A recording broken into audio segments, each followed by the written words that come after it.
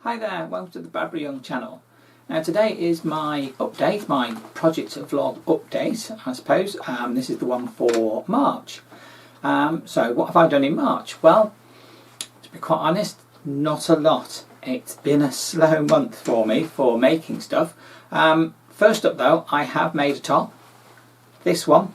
This is the Simplicity S9177 top, and it is all done.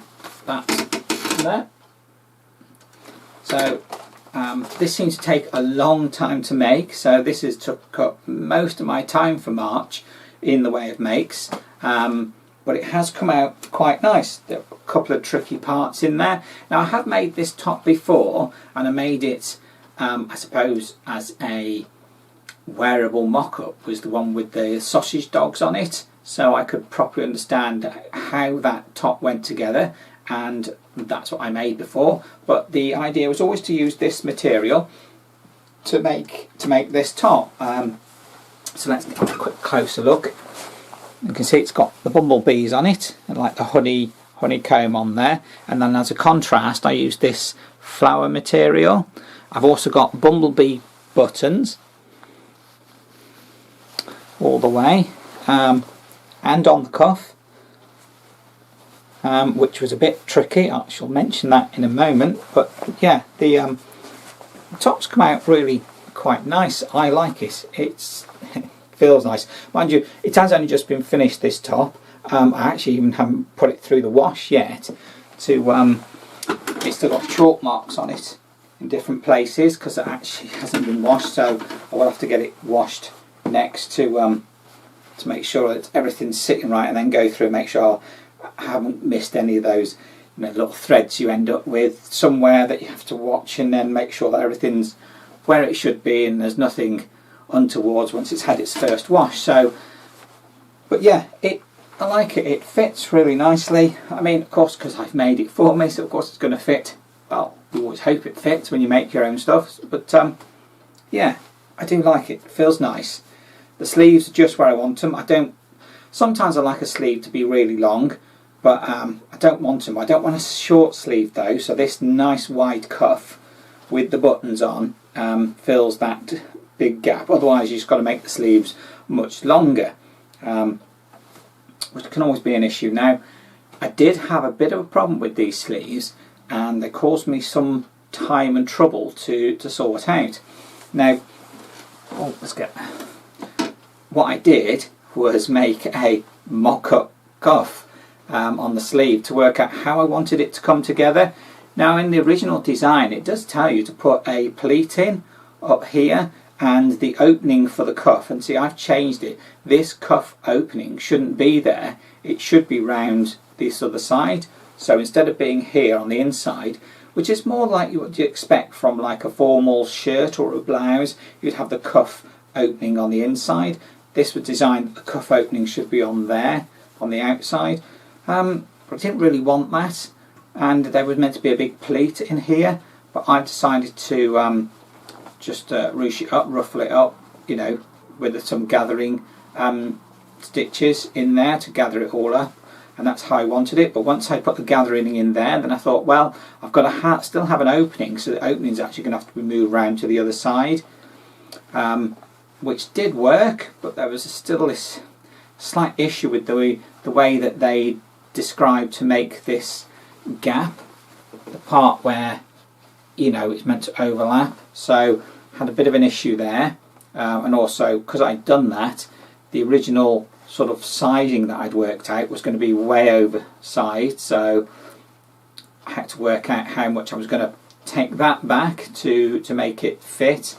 And then the buttons, once I'd got the buttons, because I'd actually started this project and was 2/3 of the way on with it before I thought, I actually haven't bought any buttons, so I really do need to get some buttons. So I went and found these buttons. Now these are a bit different because these buttons, because they got the picture on, they've got the sort of height in them.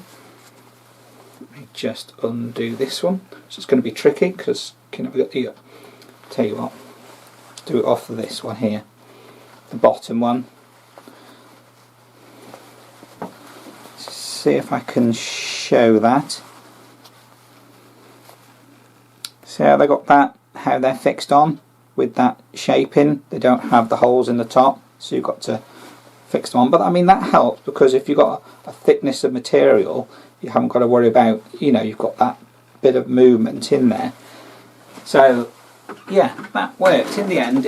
But I did have to do this cuff and do a lot of practice work with understanding how to make that cuff work. So I mean, actually I reckon that, you know, if you're having a bit of trouble with cuffs, make up a mock piece like this with just a bit of sleeve and a cuff, and just work out how cuffs go together. Because I mean, and this isn't a typical cuff, because I mean, a lot of cuffs would have like you get on a blouse or a shirt, they have that cut out part and then some fold over biasing type thing on there, or a placket or whatever it is that goes in there. So again, that's another cuff style I've yet to have a go at. But yeah, that was a bit tricky. I did find that a little annoying actually, because it took me so much time just to get two cuffs on a top. So ended up taking a lot longer than I was expecting to. So that was the main thing that I made in March. It wasn't the only thing I made, so I've done a little bit more. Something else I've been practicing on is stretchy material. So I made a pair of undies. Now I suppose these are technically wearable undies. Could get away wearing them, they would fit me, taken from my measurements. Biggest reason for making these is to learn how to work with this stretchy material. This isn't overly stretchy, but there is some stretch in this material. And then working with this, is it PK, is it called? Which is a stretchy elastic. So the combination of stretchy material and stretchy elastic, and learning how to stitch this, how to sew it on, yeah, that took a long time. Lots of unpicking happened in the construction of these undies, because they just trying to learn that technique of how much stretch there is, how much movement you've got, how much you need to pull the material when you're actually sewing it on the sewing machine, what stitches to use. In the end, I used 2 stitches. I used a very short straight stitch to put the PK on first of all, and then, because when you put it on with the PK down on it, and then you turn it up so the PK then sits up. So the first stitch, when I put the PK on, and correct me if I'm saying that wrong, because it's just the way I say it, PK, Pico, PK, whatever it is, I straight stitched it and then turned it, and then I used one of the zigzags. Now this is the zigzag where you get about 3 little zigzags and then a bigger one. It's the only way I can describe it. So you get 1, 2, 3 little zigzags, big zigzag, and then it carries on like that, and that's what I used to actually fix that on. And it seems to have come out alright.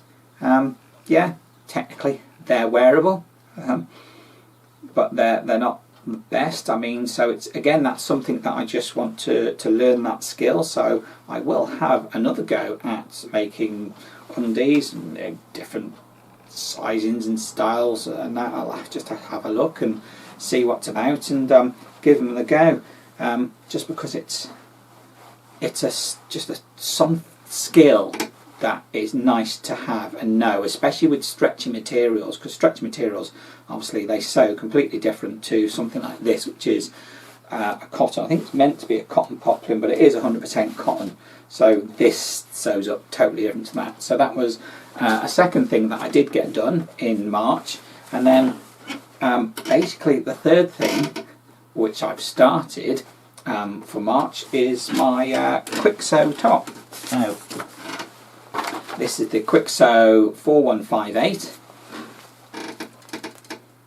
That one, and it's a nice little top, because I'd already made a mock-up for this, which was that, which was done actually quite some time ago. I just hadn't got round to getting any material that I liked that I wanted to make it out of. But I did get some some material recently that I could make it. I did a video on my material haul that I'd got, so I'll put a link into that, or you can have a look at my videos, and that'll be there from recently when I've got some material. Now I'd done my project plan. I started on my project plan for that, and as far as I've got so far is to get the pattern pieces cut out right and make sure that they're correct for the sizing I want. Worked out what colour pattern pieces I wanted from my material, and then I've cut it out, which is what I've got here, which is my pieces, you know, the pink and the blue pieces for contrast, and that really is about as far as I've got with it. I haven't got any further with that, but now I've finished this top, I should be able to get on and make this one. So that's the next thing to do, which of course will be in April's catch-up vlog of what I've been doing. So really, as you can see, March has been a bit of a shallow month, a bit slow going, and not really got that much done. I had other things going on, so it just meant that things got put to one side, as you do when you're making and doing stuff. You thought, oh, well, that can wait, and you just end up going, well, how much have I got done? And then you have to sort of push yourself on to get and go and get more done again. So really, that's what I need to do in April, which of course we've got Easter in April, which is also going to slow things down maybe, but I don't know. And there's birthdays coming up, so I've got to think about them. So all in all, you think, well, how much can I get done? But yeah, I suppose I really just ought to try and focus, get this quick sew 4158 top made, and if you watched my fabric haul video, I have got plenty of other projects to get on with, and I have the material for them, so it's just a case of me knuckling down and getting them done. So there we go, bit of a slow month for March, not got too much done. Very pleased with this top though, that's come out absolutely lovely. So onwards to do more projects, get more done hopefully. So there we go, that's March. A little slow, but we are getting there. Thank you very much for watching my video. I look forward to seeing you in my next video.